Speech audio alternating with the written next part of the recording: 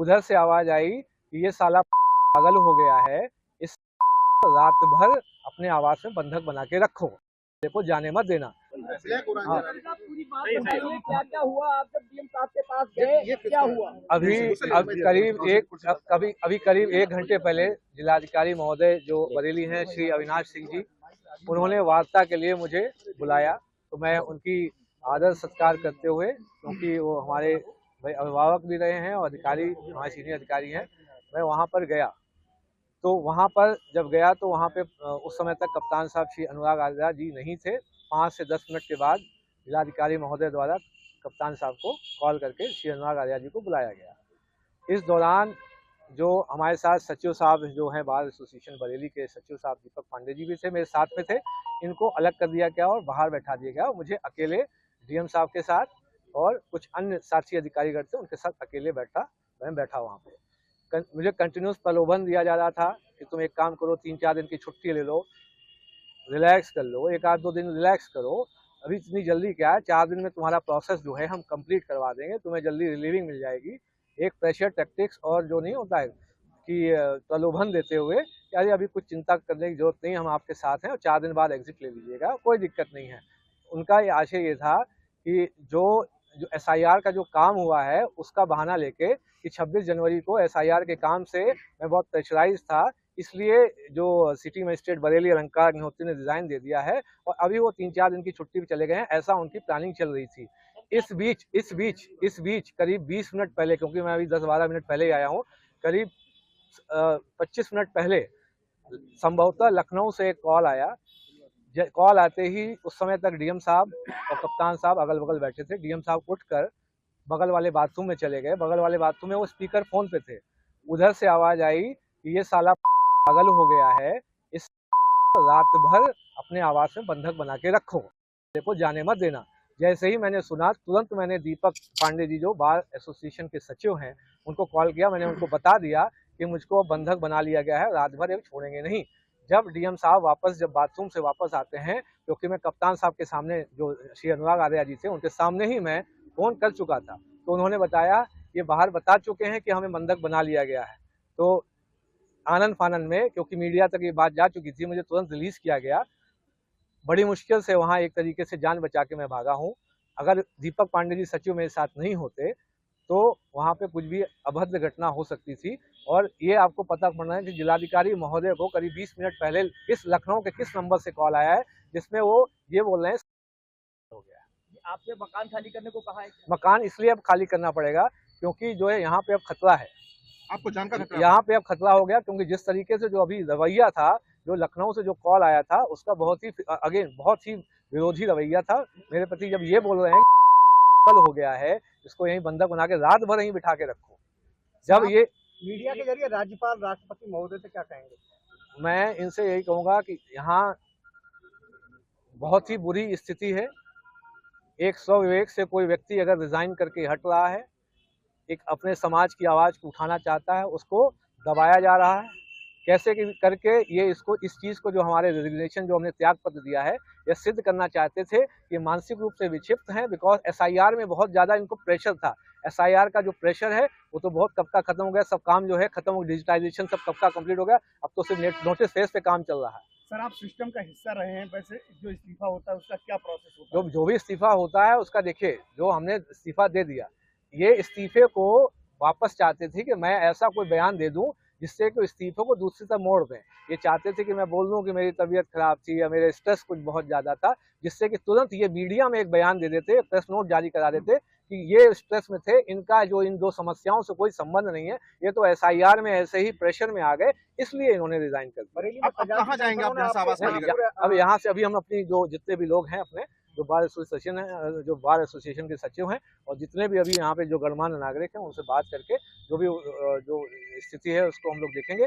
और हमें हो सकता है कि अब एक अलग लेवल पे हेल्प लेनी पड़े, क्योंकि यहाँ तो अब जान का भी खतरा प्रतीत होता है।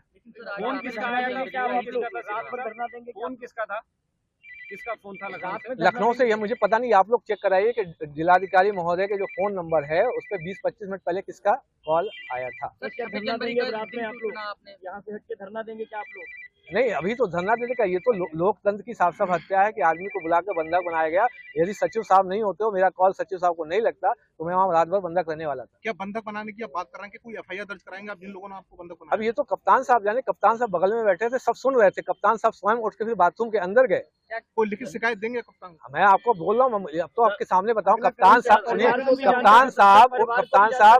कप्तान साहब उठकर जब पता चल रहा है, वो मुस्कुराते मुस्कुराते कि ये तो सब सुन रहे हैं। वहाँ पूरे जो है एडीएम प्रशासन, मैडम भी मौजूद थी, एसडीएम सदर मौजूद थे, और जो एडीएम जे हैं वो मौजूद थे, और एडीएम सिटी मौजूद थे।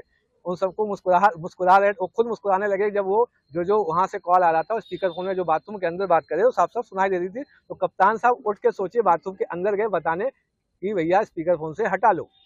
सर आगे अब क्या कदम होगा आपका? आपका स्टेप है वही क्लियर है? वही स्टेप क्लियर है, और बड़े विवेक के साथ, ठीक है, वो स्टेप लिया गया है। ये यहाँ से आप खाली घर कर रहे हैं जाएंगे या मकान इसलिए खाली करना आप जो जरूरत हो गई है, क्योंकि यहाँ जान पे खतरा प्रतीत होता है। आपसे खाली करने के लिए कहा गया है? खाली करने के नहीं कहा, मैंने तुरंत बोला। वो एक बेसिकली प्रेशर टैक्टिक्स अपना रहे थे, एक तरीके से जो नहीं होता लाड़ दुलार करके, कि किसी तरीके से जो हम एक दिन के लिए, बस किसी एक दिन के लिए हम ये बोल दें, एक स्टेटमेंट दे दे कि हम एक दिन के लिए छुट्टी पे जा रहे हैं, जिससे कि वो उसको कन्वर्ट कर सकें कि एसआईआर में ये जो बहुत प्रेशर में थे, इसलिए इन्होंने ऐसा रिजाइन दे दिया। इनका इन समस्याओं से कोई संबंध नहीं है। आपने बताया 2 घंटे के अंदर मकान खाली करने को कहा था। नहीं, उन्होंने नहीं कहा, मैं खुद बोल रहा हूँ। अब यहाँ से जल्दी मुझे खाली कर देना चाहिए, क्योंकि अब जो प्रशासन की मंशा जो बरेली की, अब वो स्थिति बहुत ही स्पष्ट नहीं हो रही। अगला कदम क्या होगा? राजनीति की ओर होगा? नहीं, अभी तो हम लोग बैठ के जो है, हमारे समाज के सभी सदस्य यहाँ मौजूद है, उसके बाद डिसाइड करेंगे। अब लेकिन स्थिति बहुत ही अत्यंत जो है अलोकतांत्रिक हो गई है। अब तो मतलब डीएम साहब, कप्तान साहब बगल में बैठे हैं, आपको वहाँ से लखनऊ से कॉल आता है कि को रात में यही बंधक बना के रखो। अभी आपकी माता प्रसाद पांडे जी से भी बात हुई फोन पे, क्या बात हुई, क्या कहा? नहीं, वो आदरणीय है। देखिए, हम जो एक तो विधानसभा में आप जानते ही विपक्ष उसमें है, स्पीकर हैं, तो उनसे उन्होंने भी सहानुभूति जताई जिस तरीके से जो चीजें घटनाक्रम हुई। क्या उनको बात करने जाएंगे, मिलने जाएंगे क्या उनसे? नहीं, और कुछ अभद्रता नहीं कहेगी, लेकिन उनका प्लान था, अगर मैं वो फोन कॉल सचिव दीपक पांडे जी को नहीं करता, तो मेरे साथ जरूर अभद्रता एवं अलग तरीके की प्रेशर टैक्टिक्स अपनाई जा सकती थी। मुझे पता नहीं क्या हो सकता है, वो फोर्स का भी यूज करते। क्या जान बचा के वहां से भागे? मैं तो जान बचा के ही भागा हूँ, क्योंकि मैं अगर दीपक पांडे जी सचिव बगल वाले रूम में नहीं होते, और मेरा फोन क्योंकि बैटरी डिस्चार्ज ऐसा लग रहा था हो जाएगी, तो जल्दी आनंद फानंद में मैंने जो सचिव साहब को कॉल किया, और सचिव साहब ने फिर बाहर जब मैसेज पहुंचा दिया, और कप्तान साहब जब बता चुके थे कि डीएम साहब को, ये पहले ही बता चुके हैं कि इनको बंधक बना लिया गया। तब माता प्रसाद पांडे की ओर से क्या कहा गया? उन्होंने बोला है कि हम आपके जो साथ हैं, आप इसकी चिंता मत करिए। बस उन्होंने एक सहानुभूति जताई, जो भी चीज घटना क्या उनसे मिलने जाएंगे? ये देखिए, अभी किसी के बारे में कुछ कहना नहीं है, बाकी क्योंकि वो आदरणीय है, विपक्ष में रहे हैं, तो उनका भी सम्मान है। किसी प्रकार का डर कोई सर? नहीं, डर नहीं। देखिए, अब लोकतंत्र है, इसमें डर क्या है? डर तो आपको ये होता है कि जब आपको कोई जो शासन का तंत्र ही आपके साथ ऐसा करने लगा, तो भय अपने आप उत्पन्न होगा कि अब हम किसके पास बचाव के ले जाएं। अब बरेली में तो अब सुरक्षा का माहौल हो गया कि वहाँ बंधक बना लिया गया था 45, और वहां से जो लखनऊ से जो कॉल आया है, उसके क्रम में वो किया जा रहा था।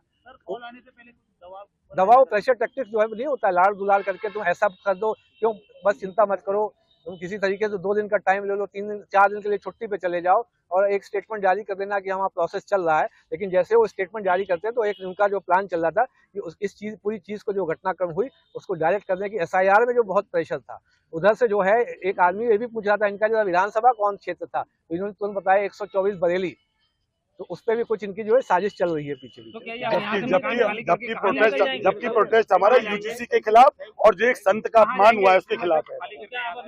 नहीं, अभी 2 घंटे के अंदर खाली करने का प्लान चल रहा है, और आप लोग भी ये सतर्क रहें, देखिए कि कोई जिला प्रशासन में कोई अभद्र घटना ना हो जाए। आप लोग देखे रहिएगा, आप लोग मीडिया चौथा स्तंभ है यहाँ लोकतंत्र के, तो आपके ऊपर बहुत बड़ी जिम्मेदारी बनती है, जब तक हम बरेली में यहाँ पे हैं। लेकिन मुझे ऐसा लग रहा है कि यहाँ पे असुरक्षा का माहौल उत्पन्न हो चुका है, भय का माहौल उत्पन्न हो चुका है। आप कहाँ जाएंगे यहाँ से? क्या अभी हम यहीं पे 2 घंटे पैकिंग हो जाए, उसके बाद आपसे वार्ता करेंगे। ठीक है। इसमें आप देखेंगे एक अरसे से उत्तर प्रदेश में ब्राह्मण विरोधी अभियान चल रहा है, और आपने कई इंसिडेंट देखे होंगे। ब्राह्मण की जेल में डिप्टी जेलर ने पीट के हत्या कर दी, और आपने खुशी दुबे प्रकरण देखा होगा, किसी एक अपराधी से 3 दिन पहले शादी हुई तो उसको किस तरीके से प्रताड़ित किया गया। इसी तरीके से जो थाना था उसमें विकलांग की पीट के हत्या कर दी गई, और ऐसे कई अन्य प्रकरण हैं जो समाज के प्रति जो हुए हैं, घृणित प्रकरण हुए हैं, इनमें से अभी 2 हफ्ते पूर्व ही जो हमारे मौनी अमावस्या में जो स्नान था,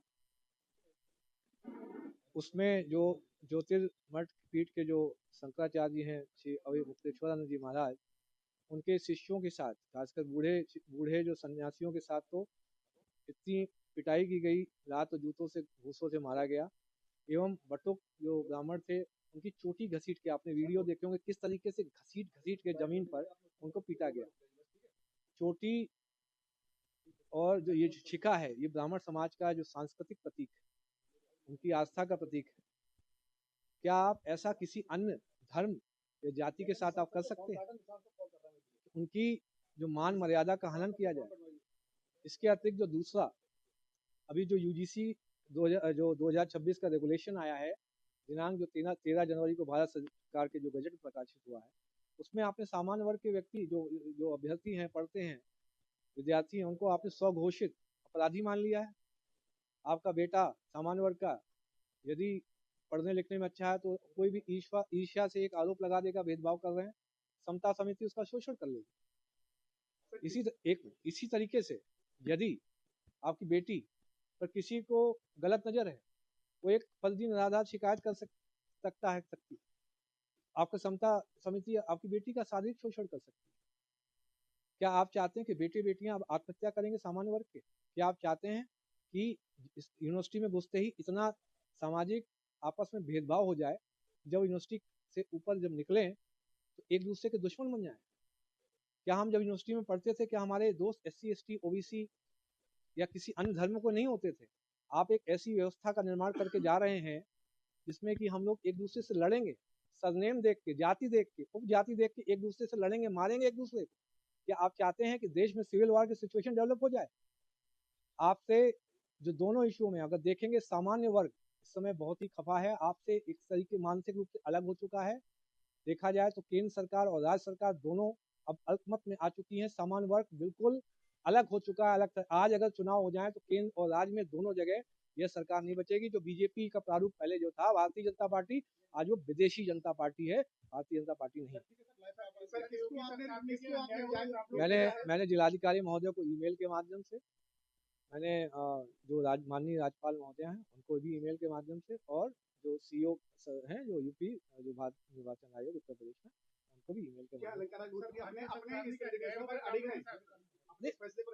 नहीं, इसमें अड़े तो बहुत सोच समझ के, जब कोई आपका जो हमारा जो माननीय जनप्रतिनिधि ब्राह्मण समाज के जब नहीं बोल रहे हैं, तो किसी न किसी को बोलना पड़ेगा, नहीं तो ये सिविल वॉर सिचुएशन आ जाएगी। बेटे बेटियों का रेप होगा, विद्यालयों में विश्वविद्यालयों में शोषण होगा, और तब भी ये जो कॉर्पोरेट कंपनी के एम्प्लॉय जो हमारे ब्राह्मण समाज के माननीय सांसद, माननीय MLA हैं, कुछ नहीं बोलेंगे, क्योंकि उनको हाईकमान से, जो CEO साहब से कोई भी आदेश नहीं मिलेगा। सर, आपके इस्तीफा के लिए राजनीतिक तौर पर देखा जाने लगा है। आपका विषय है, ये समाज के जो माननीय जनप्रतिनिधि हैं उनको अब डिसाइड करना है। मेरा तो ये आह्वान है कि आप केंद्र सरकार तुरंत इस UGC रेगुलेशन को वापस ले, और जो उत्तर प्रदेश में जो ब्राह्मण विरोधी अभियान चल रहा है वो उसको भी तुरंत सरकार वापस ले, रोके, और माननीय जनप्रतिनिधि जितने ब्राह्मण समाज के तुरंत अपने अपनी जगह से इस्तीफा देकर समाज के साथ आए। सबसे पहला तो मुझे सभी से, माननीय अपने ब्राह्मण जनप्रतिनिधियों MP MLA से निवेदन है, और जो भी बूथ लेवल या इधर उधर जो कार्यकर्ता है, मेरा उनसे भी अनुरोध है, अब आप इस्तीफा दे के अलग हो जाइए। अल्पमत में सरकार, अल्पमत में सामान्य वर्ग अब आपसे अलग हो चुका है।